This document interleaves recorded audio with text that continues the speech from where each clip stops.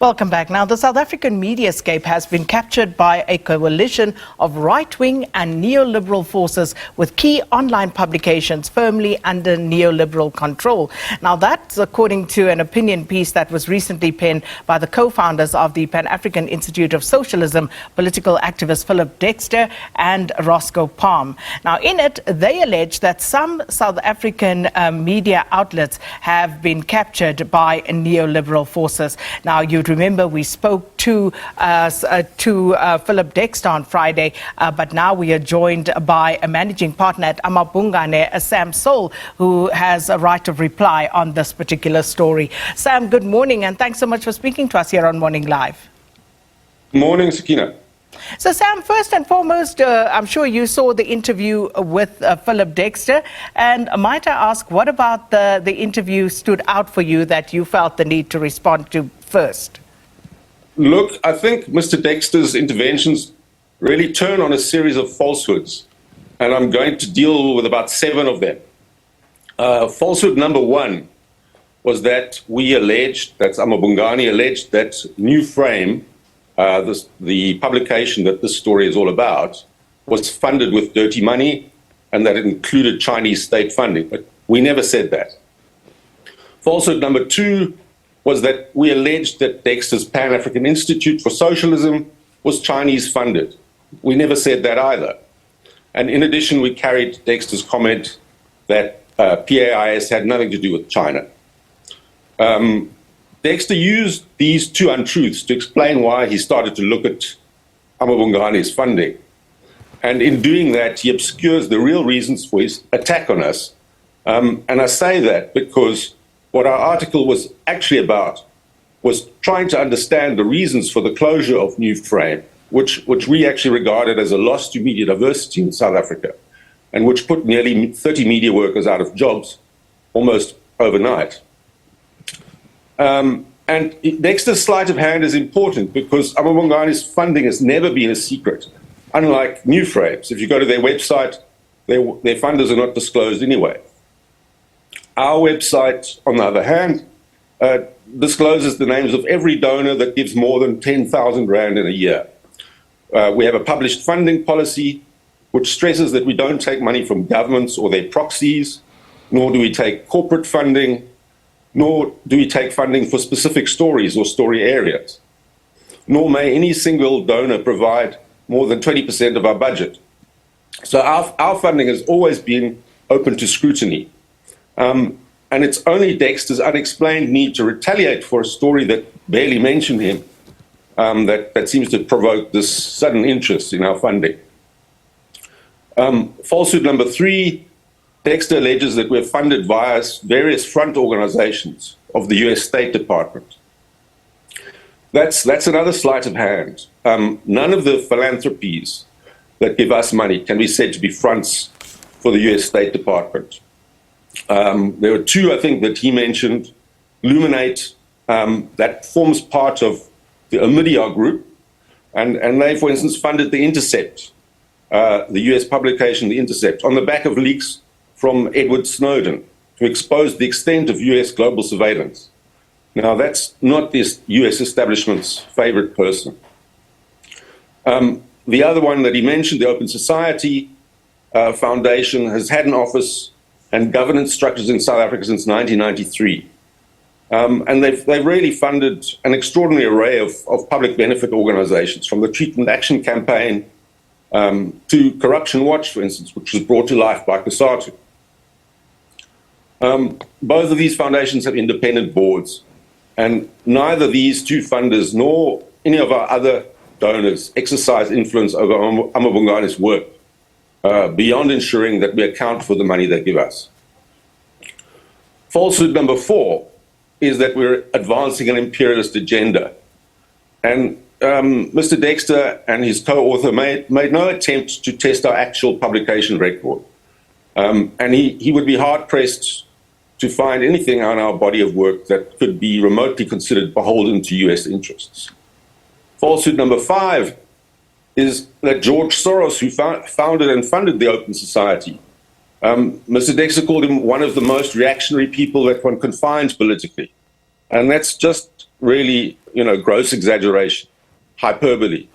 Soros has been consistently attacked by right-wing authoritarians, from the US Republican Party to Hungary's Viktor Orban. Falsehood number 6 is that we think corruption is about black people and that we don't investigate white business. And I have to say, dating right back to the days of the arms deal, AmaBhungane has made a point of focusing on the corporates in the corruption equation. And that extended to our investigation of state capture. The companies we've written about, they include McKinsey, SAP, KPMG, Deloitte, PwC, MTN, Tongaat Hewlett, Steinhoff, Nedbank, Investec. I could go on.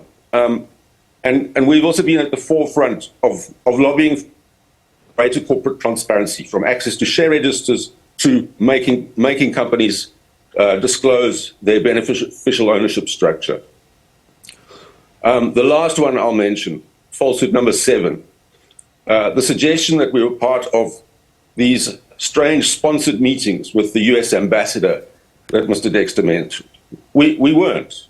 We weren't invited. I never even knew about these meetings. And what is a little bit worse is, at the time the allegation was made, when they published their article, and they didn't come to us for comment before they published, I responded on Phillip Dexter's Twitter timeline as soon as the question was posed to say, no, we know nothing about this. So when he came on your show, he knew what our answer was long before posing that question again and suggesting that it was still open, at least as far as we're concerned. So those are really my key concerns. There are three final points I want to make. Mr. Dexter is described as a political activist, but he's also a businessman. He is the chair of Arms Corp. He's involved with large companies that have mining interests, coal, oil and gas interests. He's on the board of the Africa-China Friendship Association. So he's not a disinterested player making a comment in good faith.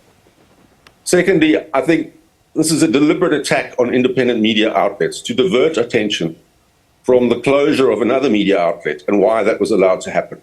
Those questions still haven't really been answered. Thirdly, what we've learned at AmaB from this event is that our media too is a bit too quick to grant people like Mr. Dexter an unfiltered platform without researching and checking the validity of their claims, simply because they say something controversial. And our feeling is, if we allow individuals to abuse the media, we devalue it for all of us. And that's what, for instance, Donald Trump did, and that's what authoritarians all over the world try to do. And I don't think we should allow that to happen here. Conversely, one could argue that you are being allowed the same sort of platform to actually make your points. So we do kind of get into murky waters when we decide who should and who should not be afforded a space to speak in the mediascape, don't you think, Sam? No, I'm not saying he should never have had a space to speak. I'm saying that the issues that he raises had already been contested. A number of the publications where those issues were raised had already published comments from us. We published, as I say, an answer about the issue of the visits to the US ambassador already online. So, it's that old saying about, journalism is not about, if one person says it's raining, you allow another person to say it's not. You have to look out the window and do some fact checking in that process. And I suppose that is what either side is actually alleging, needs to be done. And we are here to get to the bottom of this because, at the heart of that article is the alleged claims of the capture of the South African media by the US State Department. That is actually at the heart of it all. And then, of course, issues about funding and non-disclosure of funding of some of our media outlets. So let's just take a step back with regard to the capture of the mediascape by neoliberal forces. Now, you spoke about the U.S. ambassador, something that he mentions, the former U.S. ambassador Lana Marks paying a visit to to a New Frame, which is now closed. And she had said to the editor, the then editor, that they have this a media get-together, if you will, where the editors are flown first class to Cape Town, put up in, very fancy accommodation and enjoy good food, and that this is good for their careers, among other things. So the question then was, as put out by the New Frame editor Pithouse, when she says that all the editors come, who are all the editors? And you said that you were never invited. Is that correct? Yes, that's correct. I'd never heard of that. We've heard from Richard Pithouse that this happened, that he was told this by the U.S. ambassador, and I don't know. Other editors must answer for themselves. But I'd certainly never even heard of this this meeting and these kind of sponsored visits. I think one has to be also careful. The way that's described, I must say, would be contrary to AmaBhungane's policy, and I wouldn't go to a meeting like that. But I have been to functions arranged by the Alliance Française, etc. It depends on the nature of the meeting and the reason why one's going there. But certainly that description sounds problematic. But as I say, we have no idea whether it's actually true, and who, if these things did occur, who went there under what circumstances. But you're absolutely clear that nobody from AmaBhungane has ever been invited or attended a meeting of this kind. To my knowledge, certainly not anybody who's at AmaBhungane now, and my former partner, Stefans Brimmer, has confirmed the same. So we don't know anything about this. The other issue was, of course, that of funding. Just like political party funding, there is, of course, a belief that private media agencies should probably also be forthcoming about who funds them. And in your first response, you said that you are fairly transparent as AmaBhungane. Your funders are out there. Everybody knows who they are. But do you believe that the public should have the right to know who actually is funding media outlets? Yes, I don't see any problem with that. And that's why we do disclose all our funders. We have small funders. If you give us less than 10,000 Rand in a year, we know who you are, but you may ask not to be disclosed. But if you give more than that, and that's a threshold we decided was a reasonable one in terms of having any impact, perhaps, or at least perception of impact, then you have to agree that your name is disclosed on our website. We have given back money because people don't want that to happen. And we do due diligence as well on our funders. We gave back or refused an offer of 250,000 Rand a couple of years ago because we look at the potential also for conflict of interest between what we are reporting on or may report on and the funder's interest. So being open about our funding, and we've got a public funding policy that's all set out in a document on our website. That's important for maintaining confidence in what we do, and that's why we put it out there. But the point is that despite those very clear efforts and those clear facts about how we operate, there was an attempt to undermine our credibility on the basis of these funding questions, which are answered. To be fair, though, whilst that particular question may not directly be one that you are particularly implicated in, could it be that there are some other South African media outlets that perhaps are not as forthcoming with regard to who funds them? Look, others must answer for themselves. I think the attempt as well to draw a very simple line between funding and output, as Mr. Dexter did, is also problematic. The fact that News 24 is funded by commercial methods does not mean that they are completely beholden to business. One has to look at the whole culture and management, etc., of a news organization, and establish, look at the credibility that they've established over a period of time, their track record. So I'm not going to answer for other people; they must. But I think that in general, South Africa is very well served by its media. The journalists who Mr. Dexter is implicitly criticizing in this intervention really go the extra mile to do what journalism requires that they do, and I don't think that he should get away with just undermining that on the basis of rumors, essentially.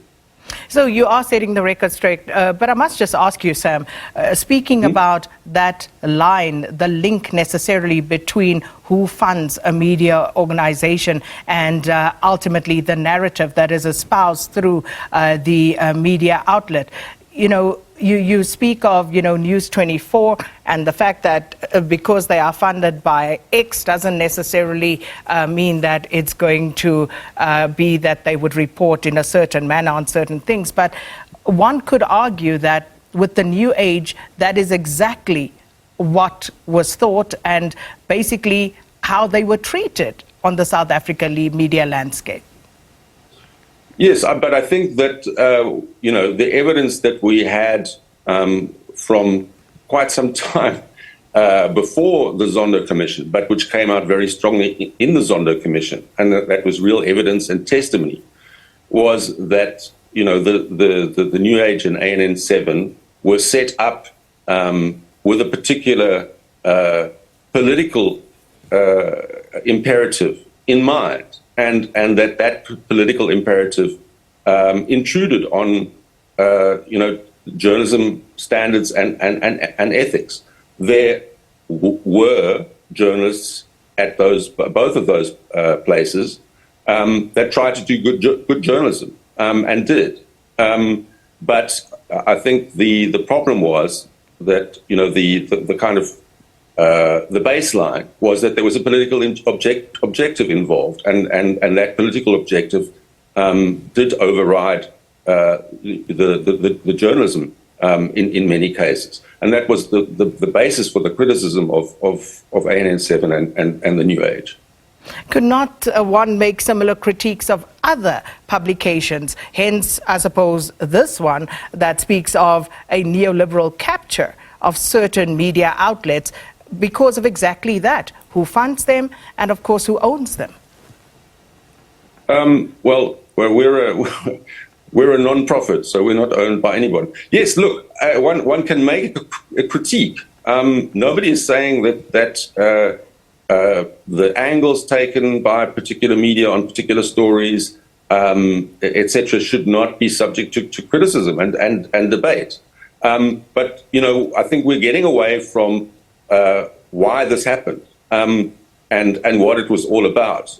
So there's a distraction and a diversion in play here that, in a way, we are being complicit in, because our story was really about the loss of a voice in the South African media, the loss of a voice that reflected a more left sympathetic view, and that was entirely legitimate. And that publication closed down, or that publication closing down, and the circumstances under which it was done, the process that was used, raised all sorts of questions about why. Why did we lose another media voice? And that's what the article was about. And I find it very strange that the response to those questions and the implicit criticism of the people who funded New Frame for suddenly withdrawing that funding without allowing them the chance to survive, that has now provoked an attack on publications like AmaBhungane. Sam, thanks so much for speaking to us this morning. Sam Soul is the managing partner at AmaBhungane and exercising his right of reply from that interview that we did on Friday with Phillip Dexter, who co-authored an article which is entitled "Drunk on Power, the Neoliberal Capture of the South African Mediascape by the US State Department." And you heard Sam's retort there to some of the allegations that were made, and of course speaking more broadly to some of the other issues like funding of the South African media. So you can make up your own mind with regard to where all of this is headed and what it's about.